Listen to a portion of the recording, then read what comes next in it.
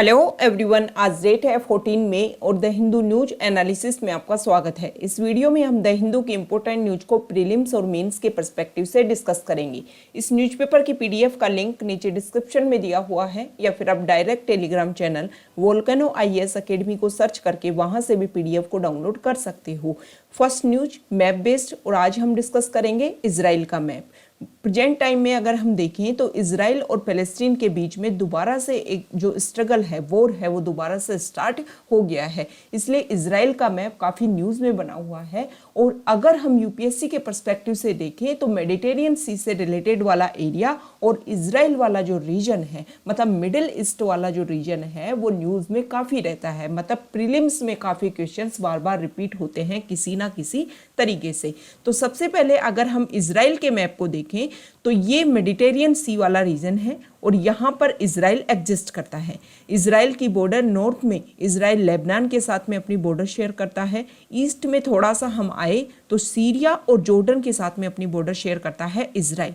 South में यहाँ पर गल्फ ऑफ अकाबा है और यहाँ पर वेस्टर्न साइड में इजिप्ट के साथ में, और यहाँ पर मेडिटेरियन सी। सबसे ज़्यादा इंपॉर्टेंट आपके लिए हो जाता है कि जॉर्डन जो है वो मेडिटेरियन सी के साथ में बॉर्डर शेयर नहीं करता है, क्योंकि मेडिटेरियन सी के साथ में मिडिल ईस्ट के कौन से वाले रीजन अपनी बॉर्डर शेयर करते हैं, इसको लेकर भी प्रीलिम्स में क्वेश्चन आ चुका है। और उसमें एक ऑप्शन जॉर्डन भी दे रखा था, मतलब 3-4 कंट्रीज के नाम एक ऑप्शन में दे देंगे और उसमें एक में जॉर्डन भी दे रखा था। तो आपको ये क्लियर होना चाहिए।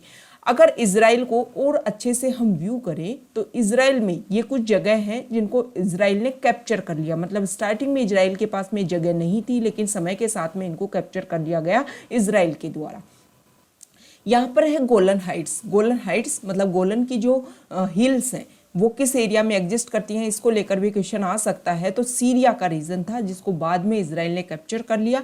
ये है वेस्ट बैंक। अब इस एरिया को वेस्ट बैंक क्यों बोलते हैं, क्योंकि ये जो जगह है ना, यहाँ पर बहती है जॉर्डन रिवर, और ये जो जगह है वो जॉर्डन रिवर के वेस्ट वाले पार्ट पर है, तो इसीलिए इस रीजन का नाम है वेस्ट बैंक। ये ध्यान में आ गया। यहाँ पर है डेड सी। डेड सी की जो सैलिनिटी है वो एक ओशियन से अगर कंपैरिजन किया जाए तो 9.6 टाइम्स ज़्यादा है।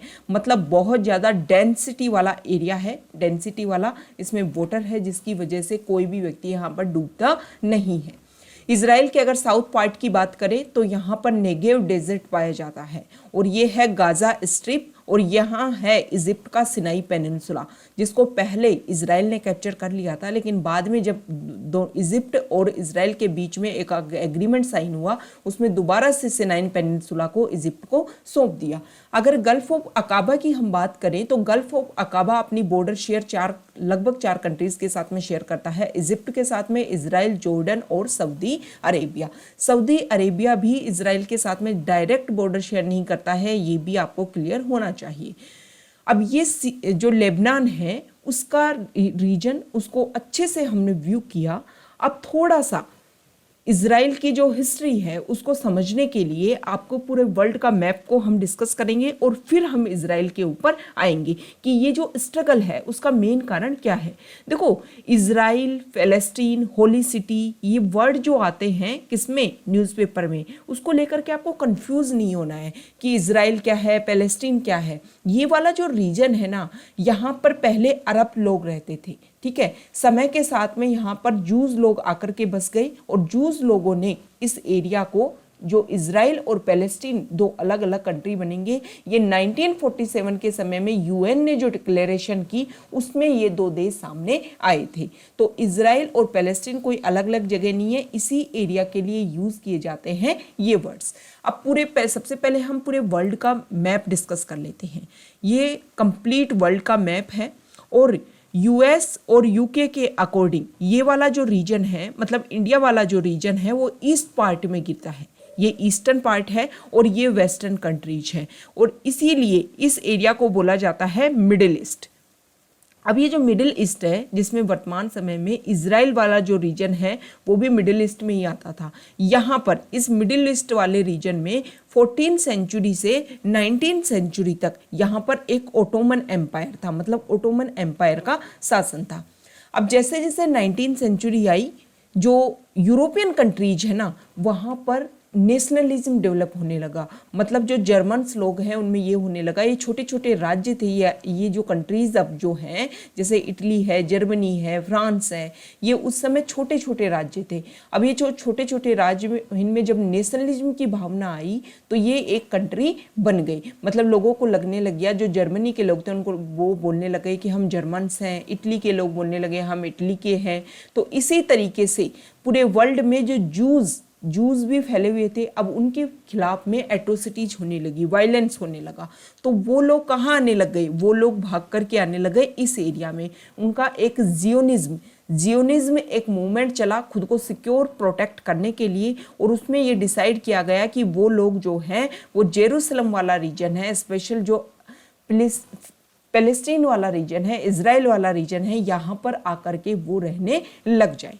तो इस तरीके से स्टार्ट हो गया जूज लोगों का यहाँ पर माइग्रेशन। लेकिन देखो स्टार्टिंग में ये बहुत कम था, समय के साथ में ये बढ़ने लग गया। जैसे कि वर्ल्ड वॉर फर्स्ट के समय में एक बाल्फोर डिक्लेरेशन होता है, यूके के एक मिनिस्टर थे मिस्टर अल्बर्ट बाल्फोर, उन्होंने एक डिक्लेरेशन की कि जूस जो लोग हैं वो यहाँ कर इस एरिया में आकर के अपनी ज़मीन खरीद सकते हैं और ज़मीन खरीद करके यहाँ पर इस एरिया में रह सकते हैं। तो जैसे ही वर्ल्ड वॉर फर्स्ट हुआ, वर्ल्ड वॉर फर्स्ट के बाद में इस एरिया में सिर्फ टोटल पॉपुलेशन का 3% जो जगह 3% पॉपुलेशन जूस थे, लेकिन समय के साथ में यहाँ पर 30% लोग क्या हो गए, जूस हो गए। मतलब यहाँ पर माइग्रेशन होने लग गया जूस लोगों का। अब प्रॉब्लम क्या हुई, प्रॉब्लम ये हुई कि जैसे जैसे यहाँ पर जूस लोग आने लगे तो इस एरिया में जो पहले से जो लोग रह रहे थे ना उनको परेशानी होने लगी। मतलब अरब जो लोग थे उनको परेशानी होने लगी, उनको लगा कि इस तरीके से तो जूस लोग हैं वो यहाँ पर आकर के आक्रमण कर लेंगे। अब ये जो जगह है जेरूसलम, आपने नाम सुना होगा, जेरूसलम काफ़ी न्यूज़ में रहता है क्योंकि जेरूसलम मुस्लिम कम्युनिटी के लिए, इसके अलावा जूज कम्युनिटी के लिए, क्रिश्चियन कम्युनिटी के लिए काफ़ी इंपॉर्टेंट प्लेस है। मतलब वन प्लेस और 3 मेजर रिलीजन के लिए काफ़ी एक होलीएस्ट साइट है जेरूसलम रीजन। तो इसी को लेकर के काफ़ी कन्फ्लिक्ट रहता है। अब वर्ल्ड वॉर फर्स्ट के बाद में जूज यहाँ पर आने लगे, लेकिन सेकेंड वर्ल्ड वॉर के दौरान जर्मनी के हिटलर उन्होंने जूस के खिलाफ में काफ़ी एट्रोसिटीज, काफ़ी वायलेंस, उनको मारने लग गए, उनके कत्लेआम होने लग गया। तो उसके बाद में जो जूस लोग हैं वो भारी संख्या में यहाँ पर आने लगे और उन्होंने यहाँ से ज़मीन खरीदी लोगों से, मतलब पहले से जो लोग रह रहे थे उनसे ज़मीन खरीद करके जूस लोग यहाँ पर सेटल डाउन हो गए। अब ये जो रीजन है वो यूके की कॉलोनी था। 1947 के समय में वर्ल्ड वॉर सेकेंड के बाद में जब यूके अपनी कॉलोनीज को छोड़ करके जाने लगा तो यूके की जब ये कॉलोनीज था ना, ये वाला एरिया, उसी समय प्रॉब्लम होने लग गई थी। किसके लिए? अरब लोगों के बीच में और जो जूस लोग थे उनके बीच में। तो 1947 में यूके ने ये जो इशू है वो दे दिया यूएन को। यूएन नया बना था, 1945 में नया ऑर्गेनाइजेशन बना था और उसको पहला इतना बड़ा एक क्राइसिस दिया गया कि इसको आप सोल्व कीजिए कि यहाँ पर जूस और जो अरब लोग हैं उनके बीच में प्रॉब्लम है। ठीक है, तो यहाँ पर इजराइल, जो यूएन ने डिक्लेरेशन दी, यूएन ने अपना ऑर्डर पास किया कि यहाँ पर 2 देश बनेंगे इस एरिया में। एक तो बनेगा जूस के लिए इजराइल और दूसरा अरब कंट्रीज के लिए, मतलब जो पहले से जो लोग रह रहे थे उनके लिए अलग कंट्री बनेगा जिसको बाद में पैलेस्टीन के नाम से जाना गया। अब यहाँ पर जैसे ही यूएन ने डिक्लेरेशन की ना, तो इस वाले रीजन में मतलब इजराइल वाली जो जगह है उसके ऊपर अटैक कर दिया इजराइल के पड़ोसी देश, Syria, Saudi Arabia, Jordan, Turkey, Lebanon, इन सब ने मिलकर के इसके ऊपर अटैक कर दिया। अब अटैक करने के बाद में इजराइल ने कुछ एरिया जैसे गोलन हाइट्स, वेस्ट बैंक, इसका कुछ रीजन जो है जैसे जेरूसलम का जो वेस्टर्न पार्ट है, ये सब कुछ कैप्चर कर लिया गया इजराइल के द्वारा। अब 1967 की बात है, 1948 में ये पहला युद्ध हुआ था इजराइल अरब वॉर के नाम से जिसको जाना जाता है। 1967 में 6 डे वॉर हुआ, मतलब इजराइल के ऊपर अटैक करने वाले थे ये सारे जो पड़ोसी देश हैं वो मिल करके, लेकिन ये अटैक करते उससे पहले ही इजराइल ने काउंटर अटैक कर दिया। काउंटर अटैक 6 दिन का युद्ध चला और उसमें जो इजराइल है उसने जो जगह पहले कैप्चर कर रखी थी उससे भी ज़्यादा अपना एरिया कैप्चर कर लिया। अब इसके बाद में जैसे ही उन्होंने पहले वेस्टर्न जेरूसलम को कैप्चर कर रखा था, वेस्टर्न जेरूसलम को कैप्चर कर लिया, वेस्ट बैंक को कैप्चर कर लिया, सिनाई पेनिनसुला को कैप्चर कर लिया, गाजा स्ट्रिप, और यहाँ पर ये सारा जो एरिया मतलब अपना जो एरिया है उसको काफ़ी ज़्यादा बढ़ा लिया। स्टार्टिंग में ये जो हल्का ब्राउन आप कलर देख रहे हो ये था इजराइल और ये जो कलर था वो था पैलेस्टीन, लेकिन समय के साथ में इन सबको कैप्चर कर लिया गया इजराइल के द्वारा। बाद में सिनाई पेनिनसुला के लिए, ये यहाँ पर सिनाई पेनिनसुला है, इसको लेकर के इजिप्ट के साथ में एग्रीमेंट होता है और उस एग्रीमेंट के बाद में इजिप्ट को वापस सौंप दिया जाता है सिनाई पेनिनसुला। और इसी दौरान इजिप्ट पहली बार इजराइल को एक मतलब कंट्री के रूप में रिकॉग्निशन जो है वो इजिप्ट देता है। तो इसी को लेकर के इजिप्ट से जो और देश है वो नाराज हो जाते हैं कि आपने यहाँ पर इजराइल को लेकर के तो कन्फ्लिक्ट था और आपने तो उसको एक कंट्री का दर्जा दे दिया, तो इस तरीके से जो जूज लोगों का यहाँ पर कम्युनिटी है वो कभी कम नहीं होगी, वो तो बढ़ेगी इस एरिया में। ठीक है, तो ये प्रॉब्लम हुई। इजराइल यहाँ से पर जो जूज लोग हैं वो बाहर से आकर के बसे, लेकिन यहाँ की जो भी प्रॉब्लम्स हैं, जो कन्फ्लिक्ट था उसको कैप्चर कर लिया, एरिया को कैप्चर कर लिया और रेगुलर अपने आप को एक्सपेंड करते जा रहे हैं। अब इस एरिया में जो पैलेस्टीन वाले जो लोग थे, मतलब जिन एरिया को कैप्चर किया इजराइल ने, वहाँ से पैलेस्टीन के लोग हैं वो निकल करके जाने लगे और दूसरे पड़ोसी देशों में जाकर के बसने लगे, मतलब यहाँ पर सेटल डाउन होने लग गए। अब प्रॉब्लम क्या है कि ये पैलेस्टीन वाला जो रीजन था उसमें जो लोग थे उनके बीच में एक विद्रोह पैदा हुआ, उन्होंने रिवॉल्यूशन करने की सोची और इसीलिए पैलेस्टीन लिबरेशन ऑर्गेनाइजेशन मतलब पीएलओ के नाम से एक पार्टी बनती है, जिसके एफिलेटेड एक पार्टी है फतह और दूसरा यहाँ पर एक ऑर्गेनाइजेशन बनता है जिसका नाम है हमास। तो ये दो मेजर पार्टी है यहाँ पर, हमास और फतह, जो रेगुलर प्रोटेस्ट कर रही है कि पैलेस्तीन वाला जो रीजन है वो पैलेस्तीन को दिया जाए और उनकी जो जनसंख्या है वो यहाँ पर सेटल डाउन हो सके। तो इसी को लेकर के रेगुलर प्रॉब्लम चल रही है। हालांकि एक ओस्लो अकॉर्ड साइन हुआ था इजराइल और पैलेस्टीन के बीच में, जिसमें पीएलओ मतलब पैलेस्टीन की तरफ से पीएलओ रिप्रेजेंटेटिव थे और इजराइल की तरफ से इजराइल, कि दोनों देश जो हैं वो एक दूसरे की जो इंटीग्रिटी है, सॉवरेंटी है, उसको मेंटेन करेंगे और एक दूसरे के साथ में प्रॉब्लम नहीं करेंगे। लेकिन जो भी डिस्कशन था उसके ऊपर सहमति नहीं बन पाई और जो कॉन्फ्लिक्ट है वो रेगुलर रहा। तो ये इजराइल की हिस्ट्री को हमने देखा और प्रेजेंट टाइम में भी यही प्रॉब्लम चल रही है कि जो मुस्लिम कम्युनिटी है, जो पैलेस्टीन के जो लोग हैं, उनको लगता है कि अल अक्सा एक मॉस्क्यू है जो मक्का और मदीना के बाद में मुस्लिम कम्युनिटी के लिए थर्ड होलिएस्ट साइट है।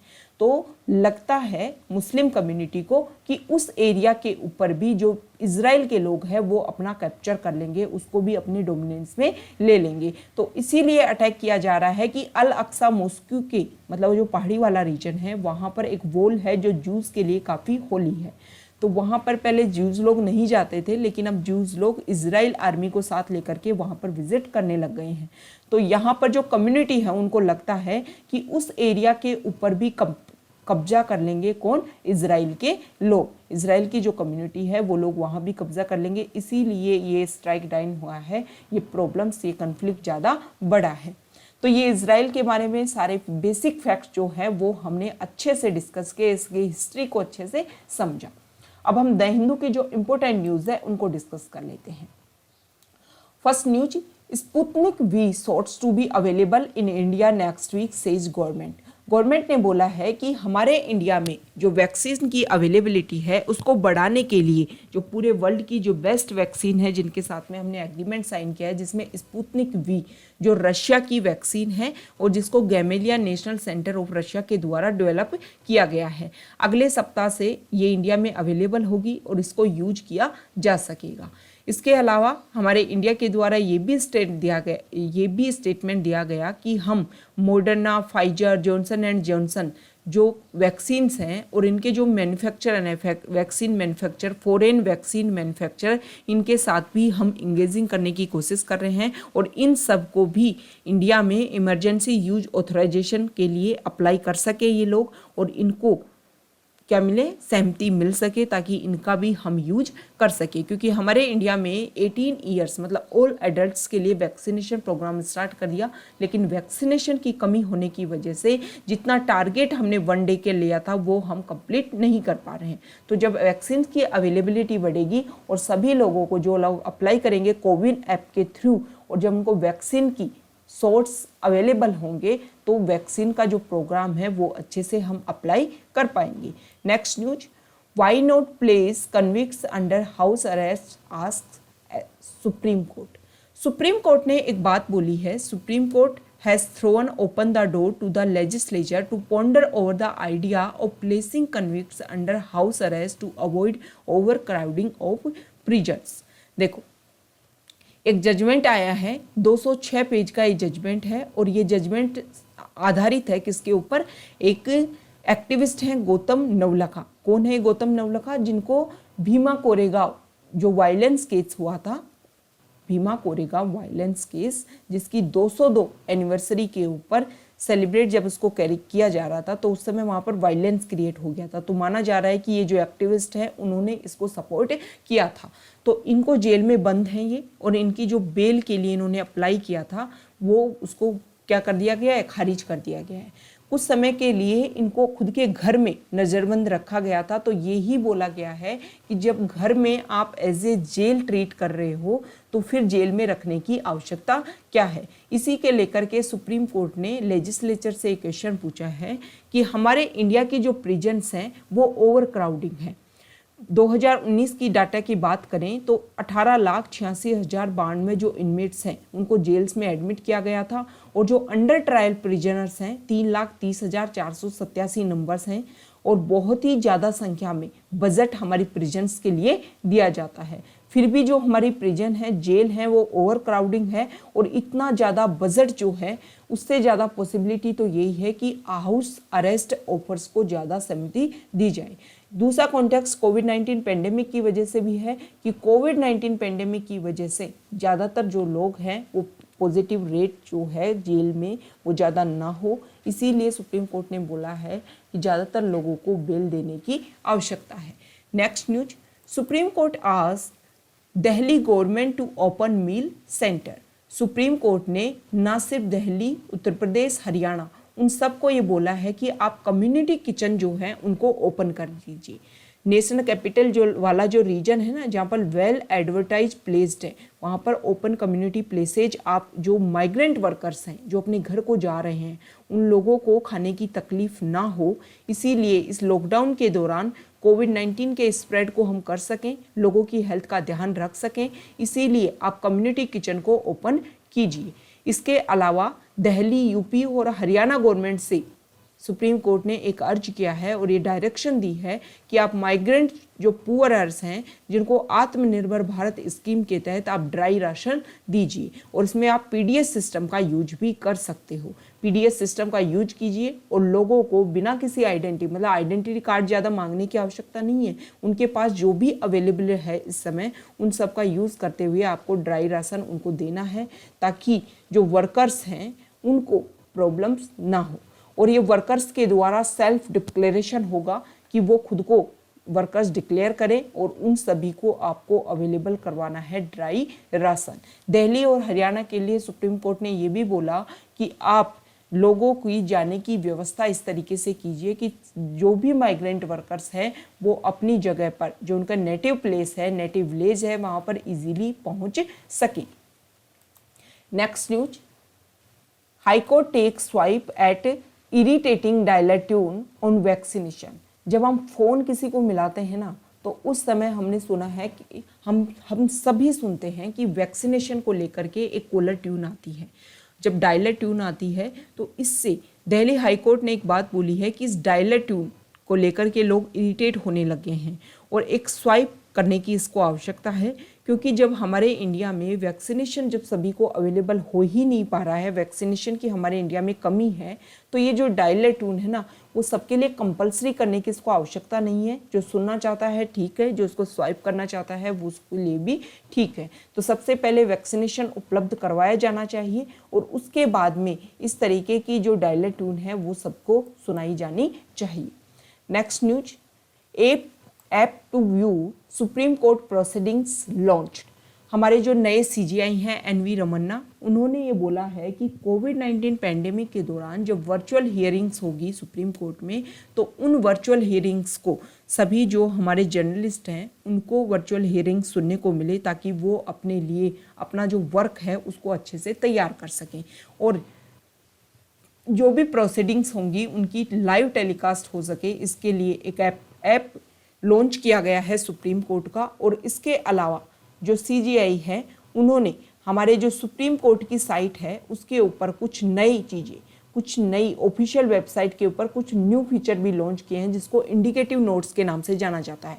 मतलब जो भी लैंडमार्क जजमेंट है सुप्रीम कोर्ट के, उनको आप इजी टू अंडरस्टैंड फॉर्मेट में लॉन्च किया जाएगा। वहाँ पर लैंडमार्क जजमेंट्स के जो इंपॉर्टेंट पॉइंट्स के रूप में उस जजमेंट को डाला जाएगा, ताकि जो रीडर्स हैं, जो व्यूअर्स हैं, जो अपनी नॉलेज गेन करना चाहते हैं, इसके अलावा जो जर्नलिस्ट हैं वो अपने न्यूज़पेपर में या फिर अपने टीवी चैनल के लिए अपना कंटेंट तैयार करना चाहते हैं, वहाँ पर यूज़ कर सकते हैं इन जजमेंट्स को और इनको रीड किया जा सकता है। तो ये बेटर जो फीचर्स हैं वो अप्लाई किए गए हैं सुप्रीम कोर्ट के लिए।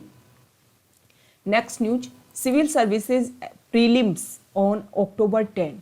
यूपीएससी ने जो 27 जून को प्रीलिम्स का एग्जाम होने वाला था सीएससी का, उसको एक्सटेंड कर दिया गया है कोविड-19 पेंडेमिक की सेकेंड वेव के कारण, और October 10 को अब प्रीलिम्स होगा। तो जो भी कैंडिडेट इस साल अपीयर होने वाले थे और उनको लगता है कि उनकी प्रीलिम्स की प्रिपरेशन अच्छे से नहीं हो पाई, क्योंकि बहुत सारे लोग ऐसे होंगे जो जॉब में होंगे और प्रिपेयर कर रहे होंगे, तो उनके साथ में उनके लिए एक बेटर अपॉर्चुनिटी है, वो अच्छे से दोबारा से अच्छे से तैयारी कर सकते हैं। देखो, प्रीलिम्स की तैयारी करने के लिए आपको मेजर फोकस करना होगा टर्म्स बेस्ड पॉइंट पर। मतलब जब भी आप न्यूज़पेपर रीड करते हो या फिर आप करंट अफेयर्स के लिए कोई भी कंपाइलेशन रीड करते हो, तो उसमें जो टर्म्स रिलेटेड जो चीज़ें हैं या आप कोई भी चीज़ पढ़ते हो, तो उसके बारे में जो सारे बेसिक फैक्ट्स हैं ना, वो आपको क्लियर होने चाहिए। क्योंकि एलिमिनेशन मेथड का यूज़ किया जाता है, क्योंकि यूपीएससी का जो प्रीलिम्स होता है उसमें एक ही पॉइंट के लिए, एक ही टर्म्स के लिए 3-4 स्टेटमेंट दे करके उसमें जो करेक्ट जो हैं उनको पूछा जाता है। तो इन सारे क्वेश्चंस का आंसर आप एलिमिनेशन मेथड के थ्रू ही अच्छे से दे पाते हो, और एलिमिनेशन मेथड तभी वर्क करता है जब आपके पास में नॉलेज होगी। नॉलेज गेन करने के लिए आपको स्टडी अच्छे से करनी होगी, उस पॉइंट्स को अच्छे से क्लियर करना होगा, और इन पॉइंट्स के जो मेजर डाटाज हैं उनका यूज़ आप देखो, प्रीलिम्स की तैयारी सिर्फ प्रीलिम सोच के नहीं करना है। उन डाटाज के लिए आप अलग से एक कॉपी बनाइए, एक रजिस्टर मेंटेन कीजिए, और जब आप मेंस लिखोगे तो उन डाटा का यूज़ कर सकते हो आप मेंस आंसर राइटिंग में भी, और प्रीलिम्स में भी उनसे क्वेश्चन पूछे जा सकते हैं। Next news, Assam NRC authority seeks reverification of citizens list.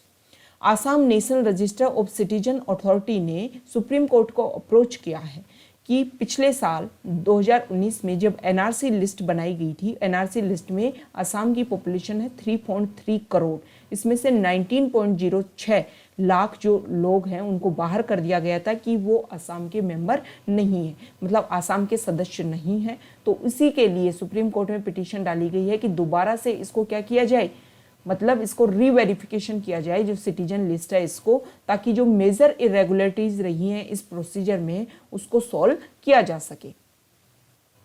तो ये हमने मेजर डिस्कस किया। फॉरेन पेज पर जो न्यूज़ है वो इजराइल से रिलेटेड है, उसको हम अच्छे से डिस्कस कर चुके हैं, और म्यांमार से रिलेटेड, म्यांमार को कल हमने जो हमारा एडिटोरियल डिस्कशन था उसमें हमने डिस्कस किया था कि 100 डेज कंप्लीट हो गए हैं म्यांमार में जो प्रोटेस्ट चल रहा है, मिलिट्री का जो रूल वहाँ एस्टेब्लिश हो गया है उसको 100 डेज कंप्लीट हो गए हैं, और 100 डेज के ऊपर किस तरीके से आसियान एक मीडिएटर के रूप में सोल्व करने की कोशिश कर रहा है कि म्यांमार में जो प्रॉब्लम है उनको सोल्व किया जाए, और डेमोक्रेसी को लेकर के जो लोग प्रोटेस्ट कर रहे हैं। देखो, म्यांमार में जब आर्मी का रूल आया था ना, तब ये लगा नहीं था कि इतना तेजी से प्रोटेस्ट होगा। तो ये सब हमने डिस्कस किया था म्यांमार को लेकर के। तो ये आज का हमारा डिस्कशन था। Okay, thank you.